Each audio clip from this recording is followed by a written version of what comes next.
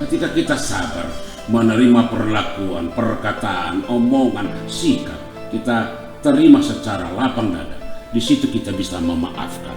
Mengampuni itu ketika kita secara pribadi tanpa memikirkan pendapat orang lain dan omongan orang lain, kita tuh sudah damai dengan perilaku orang itu tersebut. Kalau kita melukai seseorang atau tidak mengampuni seseorang, itu seperti menancapkan paku di kayu, dan ketika dicabut itu paku, itu bekas paku tidak akan bisa ditutup.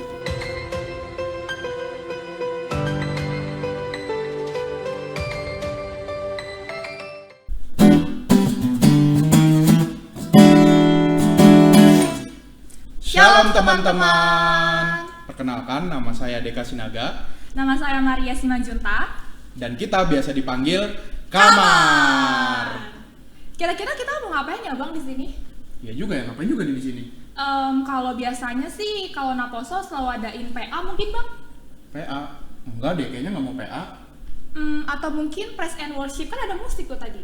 Ya musik doang, tapi kan harusnya biasanya nyanyi. Kayaknya enggak deh. Kayaknya nih Bang, kita ada segmen baru nih di Naposo. Abang mau tahu nggak apa? Mau dong. Iya, jadi namanya itu adalah Bincang Bincang Naposo. Naposo. Jadi Bincang Naposo ini adalah segmen di mana Naposo akan mengangkat tema-tema tertentu bersama tamu-tamu dan teman-teman diskusi kita yang keren-keren itu loh. Kira-kira siapa ya Bang? Wah iya juga. Siapa ya teman diskusi kita pada hari ini? Coba Abang bisa kenalin mungkin? Oh boleh. Jadi yang pertama kita punya teman diskusi kita. Hai teman-teman Naposo, perkenalkan nama aku Ruth Boru Silabani. Dan teman diskusi kita Amang Pendeta Manulang. Selamat malam. Ya, jadi seperti yang tadi aku udah bilang, kita akan membahas tema-tema tertentu. Nah, kira-kira kali ini kita mau bahas apa ya, Bang? Bahas apa tuh Mar? Mungkin Abang bisa nebak apa? Wah nggak tahu juga. Jadi, tema yang mau kita bahas ini tentang mengampuni. Kira-kira Abang punya cerita nggak sih tentang mengampuni itu? Mengampuni ya? Kalau mengampuni sih ada sih. Jadi gue itu punya adik cowok, terus ya sering berantem lah perkara masalah siapa yang nyiapin makanan, siapa yang nyiapin minuman, siapa yang nanti tidur di atas atau tidur di bawah, ya hal-hal kecil kayak begitu sebenarnya kan wajar. Cuma di satu sisi terkadang gue susah tuh untuk memaafkan, kayak dia misalnya dia pasti ada perlawanan gitu loh ke sisi gue, kayak enggak lu aja gitu. Jadi hari ini yang akan kita bahas adalah mengampuni. Oke, karena kita mau bahas tentang mengampuni, menurut Abang, tadi kan dari cerita Abang, itu cerita Abang sama adik dan Abang iya. kan. Nah, kira-kira kalau misalnya dari segi arti mengampuni, kira-kira menurut Abang tuh mengampuni tuh kayak apa sih Bang artinya? Kalau mengampuni secara gue pribadi sih lebih ke arah gimana ya, memaafkan yang dengan level yang lebih tulus lagi gitu loh. Jadi apapun kesalahan yang udah diperbuat, ya udah kita udah maafkan dan ya udah kita lupain lah, ibarat kata kesalahan mereka seperti itu. Oke, itu pendapat dari Abang. Nah, kita Betul. mau dengar ya Bang ya pendapat dari tamu-tamu kita yang kali iya, ini. betul. Mau siapa dulu nih Bang kita mau dengar? Coba kita dengar dari Kak Ruth Silabani. Oke, silakan Ruth. Oke, kalau ngomongin tentang mengampuni, sebenarnya aku setuju sih sama pendapat Bang Deka tadi. Tadi Bang Deka bilang kalau mengampuni itu level yang lebih tulus daripada memaafkan. Aku juga setuju, dan kalau pendapat aku pribadi lagi, aku mau menambahkan mengampuni itu ketika kita secara pribadi tanpa memikirkan pendapat orang lain dan omongan orang lain, kita tuh sudah damai dengan perilaku orang itu tersebut. Jadi walaupun sebenarnya orang itu pun sebenarnya masih buat kita kesel, tapi kita udah damai, dan ngelihat merekanya pun kita udah nggak ada rasa dendam lagi. Jadi lebih ke diri kita sendiri yang sudah lebih tulus juga sih, gitu kalau menurutku. Oke, betul banget ya Bang ya. Iya sih. Nah, sebelum kita dengar nih Bang dari tamu kita yang keren juga, Bang Pendeta, kita udah buat survei nih Bang di Instagram Naposo. Oh iya. Kira-kira pendapat mereka tentang arti dari mengampuni apa ya Bang? Oke, Kita baik. cek dulu kali ya. Langsung kita bacain aja. Jadi kita udah merangkum teman-teman, kita udah buat sebuah pertanyaan yang kita kirim, dan Instagram tuh banyak banget teman-teman Naposo yang udah join dan udah nulis ya Bang. Betul banget, udah komen langsung. Kita akan rangkum aja, kita pilih 3, yaitu dari Naposo kita. Kira-kira siapa tuh Bang? Boleh Bang bacain? Oke, yang pertama dari @ruthbintang. Menurut dia, mengampuni adalah memaafkan tanpa mengungkit kesalahan yang pernah dilakukan oleh orang lain.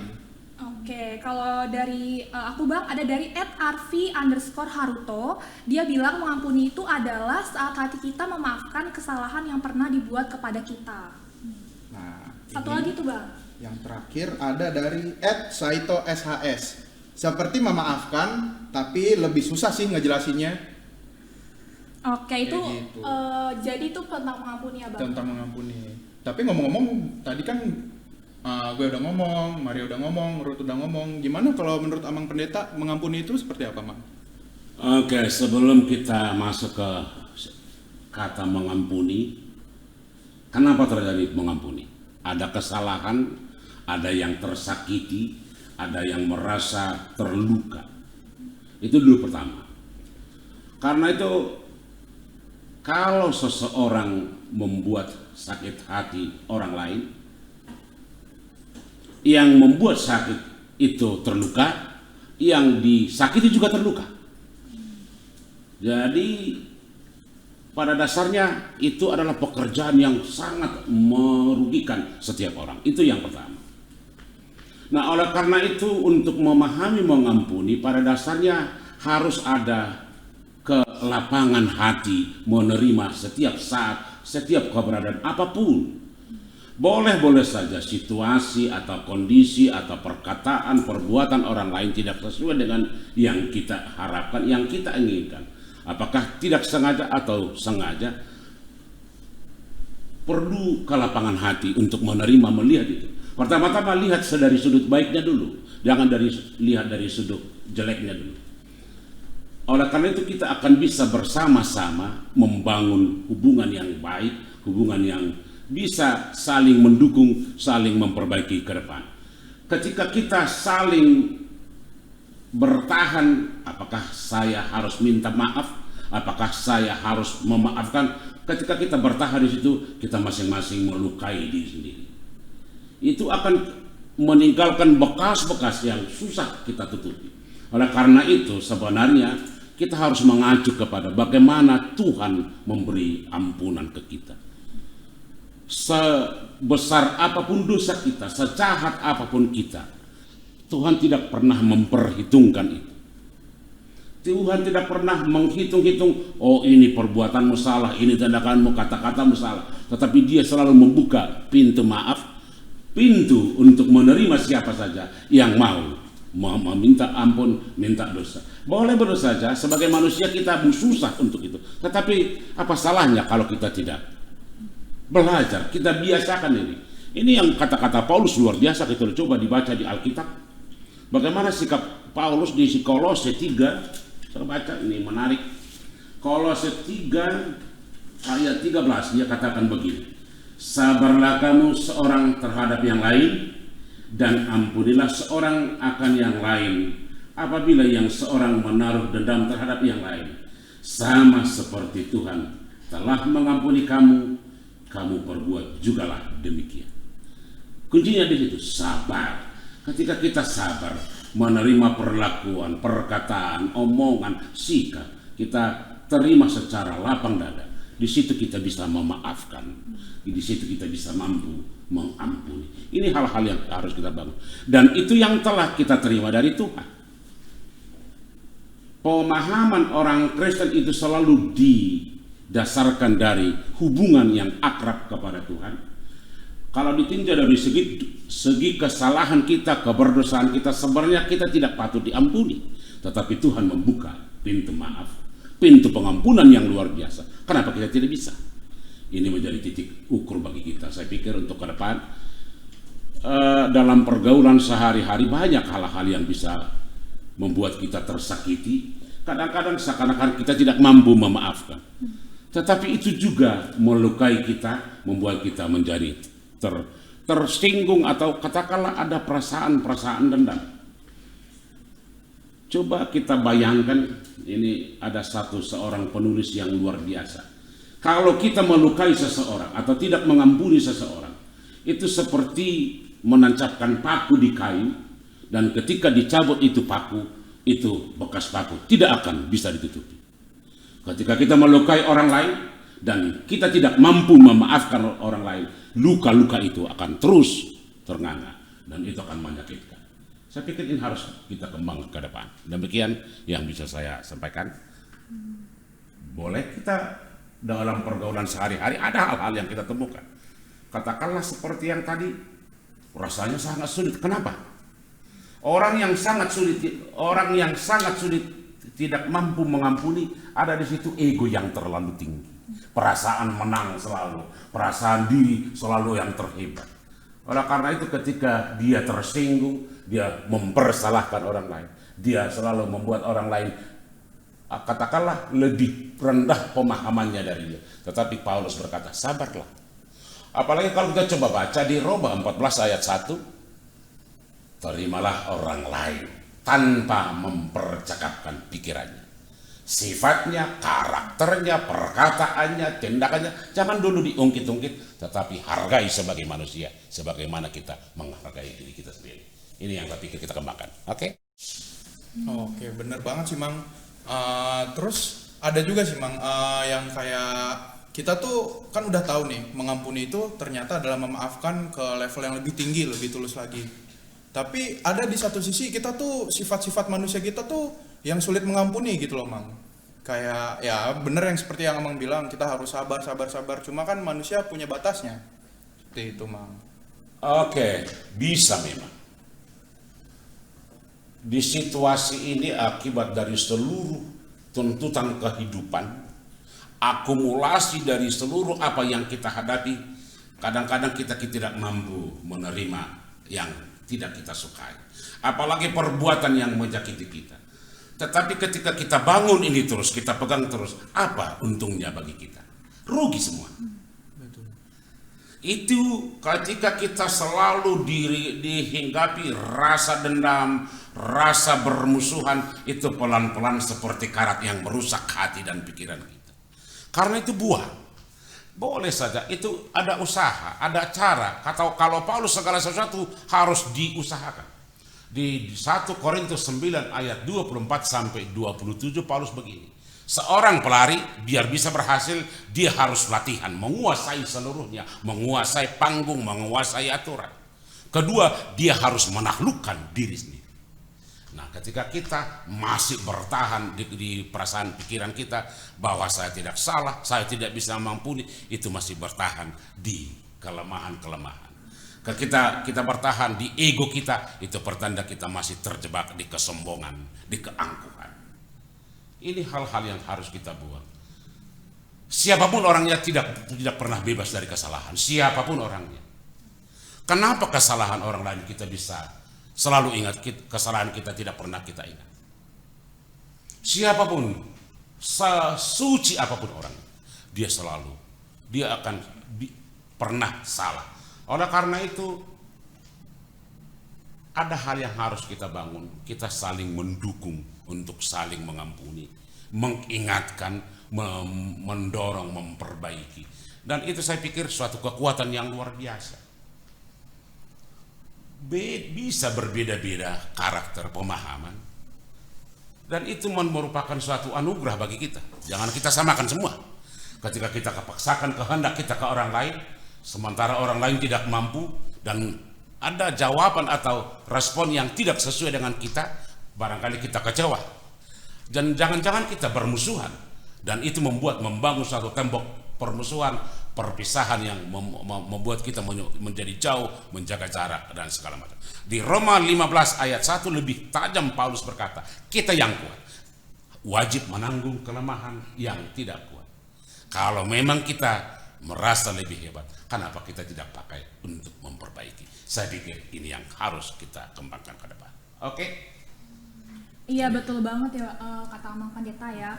Kalau misalnya kita terus-terusan malah merasa kita tidak mengampuni orang, yang ada nanti kita akan membuat kita yang merugi gitu kan. Betul. Dan juga seperti yang tadi Amang bilang, semua manusia pasti pernah melakukan kesalahan, dan untuk itu sama seperti Tuhan telah mengampuni kita, sudah sepatutnya kita telah juga mengampuni orang lain. Nah kira-kira Bang ya, gimana sih cara mengampuni yang benar-benar udah mengampuni nih, enggak yang lagi kalau misalnya kita lihat ketemu orang, kita bilang mengampuni, tapi ketika ketemu kita masih dengki, gitu, masih kayaknya tuh pengen, kesel banget gitu ya kurang Bang. gitu ya. Bener banget. Gitu kira-kira gimana ya Bang? Kalau kondisinya tuh kayak gitu Bang? Iya sih, bener juga. Ini sih sebuah kondisi yang sering banget kita lihat gitu loh, yang terjadi banget di kehidupan kita. Kalau kata anak sekarang kayak relate banget ya nggak? Maksudnya ketika kita punya masalah sama satu orang, kita bilang ya udah deh lu gue maafin, tapi nyatanya ketika nggak usah ngapa-ngapain, orangnya nggak ngulang kesalahan, cuma ketika nongol, ih sebel banget gue sama lu, sering kan kayak gitu. Kalau menurut Karut sendiri gimana? Tapi itu sih benar yang permasalahan yang tadi Kak Maria sama Bang Deka omongin, kayak ngelihat orang itu jadi kesel. Nah ini ketika aku pelajarin ya, aku juga tuh sebenarnya pernah kayak gitu. Sebelum aku mengerti, kadang tuh kita secara nggak sadar kita malah membenci orangnya itu, padahal sebenarnya orangnya itu melakukan kesalahan kan. Jadi menurutku kayak semua orang pasti punya, benar kata Maria, bisa melakukan kesalahan. Cuma jangan sampai kita itu malah jadi benci sama orangnya, karena kan kalau kesalahan itu ya itu manusiawi. Kita pun sebenarnya yang pernah kita pun yang pernah disakiti pasti kita juga pernah menyakiti orang lain, baik itu disadari atau enggak. Nah makanya mungkin kalau ketika ada teman-teman yang menyakiti kita, ya udah kita mungkin akan tersakiti dengan cara mereka, tapi jangan melulu mengakar sampai ke pribadinya. Itu kan yang membuat kita jadi ketika nanti kita melihat mereka, mungkin mereka udah oke nih sama kita, tapi kita malah ngerasa ih padahal dia tuh belum minta maaf sama gue, terus kayak kenapa sih kok dia jadi kayak gitu banget ya, padahal mereka sendiri mungkin yang menyakiti kita udah oke, cuman jatuhnya jadi kita kan yang jadi rugi. Nah makanya itu kita ya udah oke, kalau kesalahan ya mungkin itu manusiawi ketika kita sedih dan sakit hati, cuman jangan sampai mengakar ke pribadi orang itu. Menurut aku itu yang akan jadi sulit. Kalau ada orang yang mau ngerubah juga udah lo jangan benci sama dia, pasti itu akan sulit karena diri kita sendiri udah jadi mindset kita, gue kalau ngeliat dia kayak dia lewat aja, dia ada di Instagram gue aja kayak gue jadi males gitu kan. Dia napas aja salah gitu. Makanya jadi menurutku coba untuk pahami kalau emang kita semua manusiawi untuk melakukan kesalahan itu. Jadi kenapa kita sulit untuk mengampuni mereka, karena kita juga pasti pernah menyakiti orang lain kan gitu. Itu sih. Itu kembali yang tadi di awal kita sudah katakan bahwa kalau kita mau ngampuni, pertama-tama berdamai dulu dengan diri sendiri. Ketika kita tidak mau berdamai, barangkali secara kelihatan kita bisa berdamai dengan orang lain, padahal hati kita masih belum. Oleh karena itu yang pertama kita berdamai dulu dengan diri sendiri. Ada kata-kata yang Yesus katakan menjadi contoh sederhana untuk ini. Jangan pernah lihat selumbar di mata orang, sementara balok di matamu tidak kamu lihat. Ini kata-kata Yesus yang sangat luar biasa, bagaimana kita jangan membuat penilaian ke orang lain, atau katakanlah kita merasa tidak mampu mengampuni, atau kita selalu merasa menang. Nah, berdamai dulu dengan diri sendiri. Ini yang bisa merusak kehidupan kita. Orang yang kita benci tidak ingat lagi apa yang dia lakukan ke kita, sementara kita masih bertahan di permusuhan. Kita sendiri yang kena hantam. Pikiran kita sendiri yang menjadi tergerus, tenaga kita, pikiran kita, dan hati kita setiap ketemu selalu merasa benci, dongkol, dan segala macam. Padahal dia sendiri sudah enteng-enteng. Siapa yang rugi? Kita sendiri. Oleh karena itu, keluarkan diri dari sini. Ini usaha. Segala sesuatu pelan-pelan. Boleh secara manusiawi, pertama bisa memang tidak bisa kita terima. Tetapi coba pelan-pelan lupakan, tanggalkan, sibukkan dengan diri dengan hal-hal yang baik. Supaya ini semua, jangan selalu buat kehidupan terjebak hanya mengingat kesalahan-kesalahan masa lalu. Ini kita bisa berkembang. Ini kesalahan kita secara umum, kita masih terjebak di nostalgia masa lalu, padahal kita sudah berlari ke depan. Akibatnya kita tidak mampu bergerak. Tinggalkan hal-hal yang lama, kita maju ke depan. Itu kata Paulus di Roma 12 ayat yang kedua. Janganlah menjadi serupa dengan dunia, tetapi berubahlah oleh pembaharuan mindset tadi, cara berpikir dan pemahaman. Berubahlah oleh pembaharuan budi. Ini kata-kata Paulus menjadi acuan yang umum bagi kita. Oke, makasih banget Mang. Terus kita juga nggak lupa ya Mar ya, ada juga jadi setelah tadi kita udah tanya apa itu mengampuni menurut teman-teman Aposol lewat Instagram, kita juga udah saring nih komen teman-teman Aposol. Kalau menurut teman-teman Aposol gimana sih cara mengampuni sebenarnya? Kita sekarang punya dari @Angel Shiny. menurut dia mengampuni itu, kenapa harus mengampuni? Karena kita semua layak untuk mendapatkan kesempatan kedua. Nggak guna juga nahan-nahan perasaan kesel, marah, dan sedih yang ada sakit hati lihat yang bersangkutan. Ya, dan juga ada juga yang bilang kalau misalnya dia itu mengampuni karena because he has forgiven me. Nah, itu kan salah satu naposo yang bilang ya Bang ya. Nah, Betul. kita akan masuk ke tanya jawab Bang. Jadi ada beberapa naposo sudah masuk memberikan pertanyaan seputar tentang mengampuni. Kira-kira kita mungkin bacain ya Bang, Oh, boleh, untuk boleh. dijawab oleh tamu-tamu keren kita. Benar. Mau siapa dulu Bang?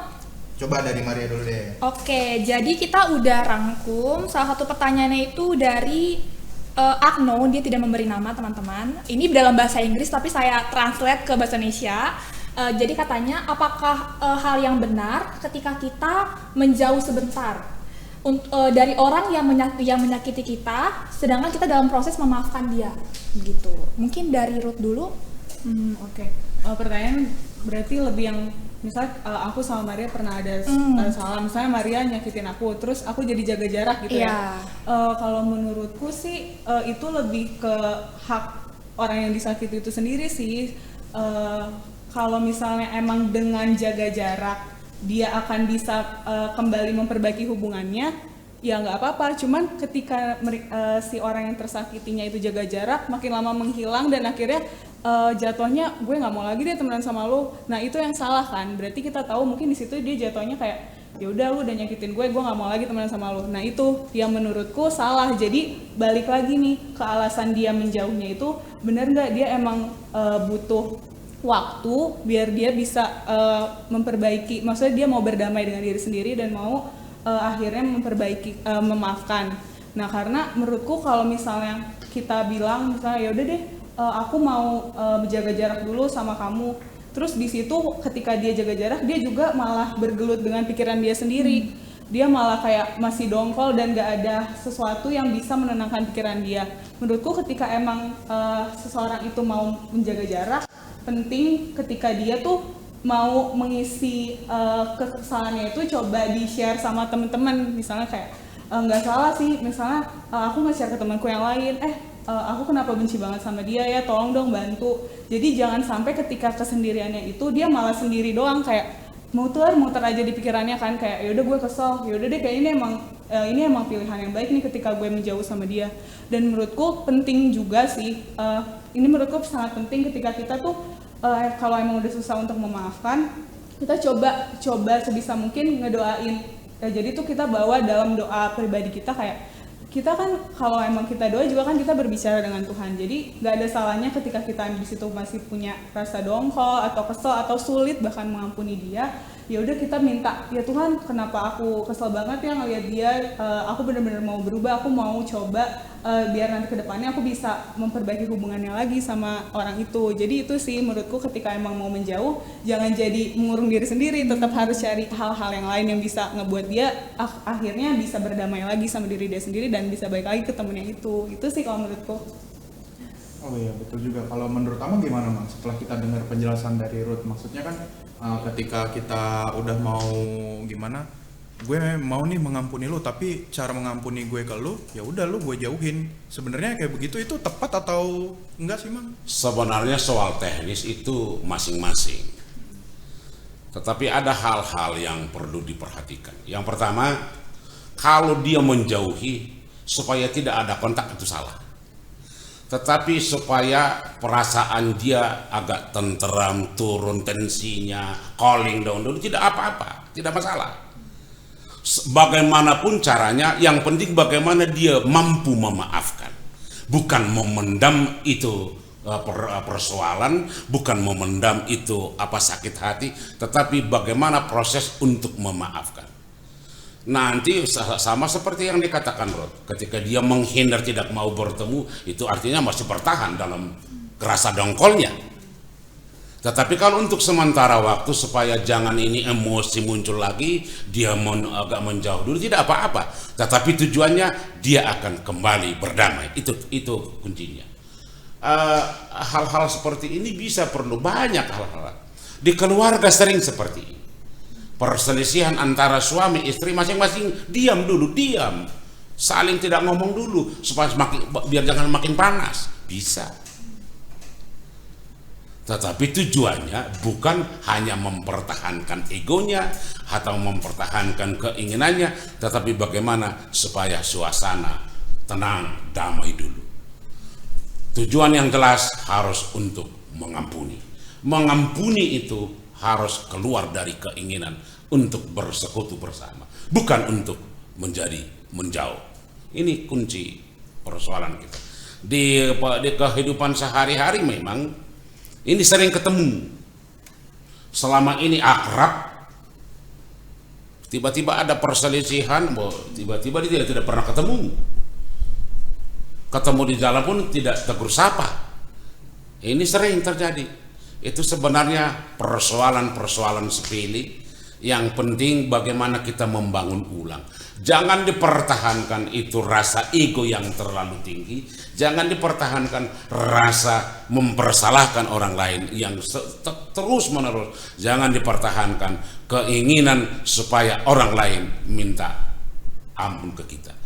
Nggak apa-apa, kita sendiri juga biar orang yang salah ke kita, kita ingatkan, tetapi secara baik-baik. Jangan justru memperkeruh suasana. Jangan kita tunggu orang harus minta maaf dulu baru saya mampu mengampuni. Jangan dulu. Itu prinsip bertahan di egonya itu. Kalau bisa, memang ini sering dilakukan oleh bapak-bapak. Dia sering ngomong sama teman-temannya, kok kamu diam? Apa salahku? Bisa. Kenapa rupanya? Contoh sederhana. Pak Naposo juga begitu. Kalau memang kita ingin memperbaiki hubungan yang sempat renggang karena ada kesalahan, kenapa rupanya kita dulu yang membangun, memperbaiki. Itu sikap orang Kristen, saya pikir. Kalau kita tidak didatangi oleh Tuhan, kita tidak akan mampu mendatangi Tuhan. Itu artinya Tuhan yang dulu datang ke kita, mengampuni kita, baru kita bisa menjadi orang yang terampuni. Ini prinsip yang sangat indah yang kita baca dari Alkitab. Kita tidak pernah dibilang Tuhan, kamu bersih dulu, kamu bebas dosa dulu, kamu tidak nakal dulu, kamu suci dulu baru datang ke saya. Tidak. Di tengah-tengah kelemahan kita, kejahatan kita, asal datang. Dia datang. Dia di tengah kehidupan kita, pekerjaan, di mana kita berada. Nah, itu juga model-model yang kita bisa pakai. Tetapi jangan pernah pakai untuk menjadi alat untuk menghantam orang lain kesalahan. Kesalahan orang lain jangan pernah pakai untuk menundukkan orang lain. Kita perbaiki bersama-sama. Ada hal-hal yang harus kita bangun untuk belakangan ini. Saya di belakang ini saya sudah sering katakan, kita sekarang sedang terjebak dalam generasi penghujat. Kita lihat di televisi di mana-mana saling menghujat semua, saling mempersalahkan. Ini topik luar biasa bagaimana kita saling mengampuni. Supaya kita ajak ini semua jangan terjebak dengan suasana yang sedang mengepung kita sekarang. Baik pemerintah, baik tokoh-tokoh, para politikus, gereja juga, orang-orang percaya juga, agama ke agama juga saling menghujat.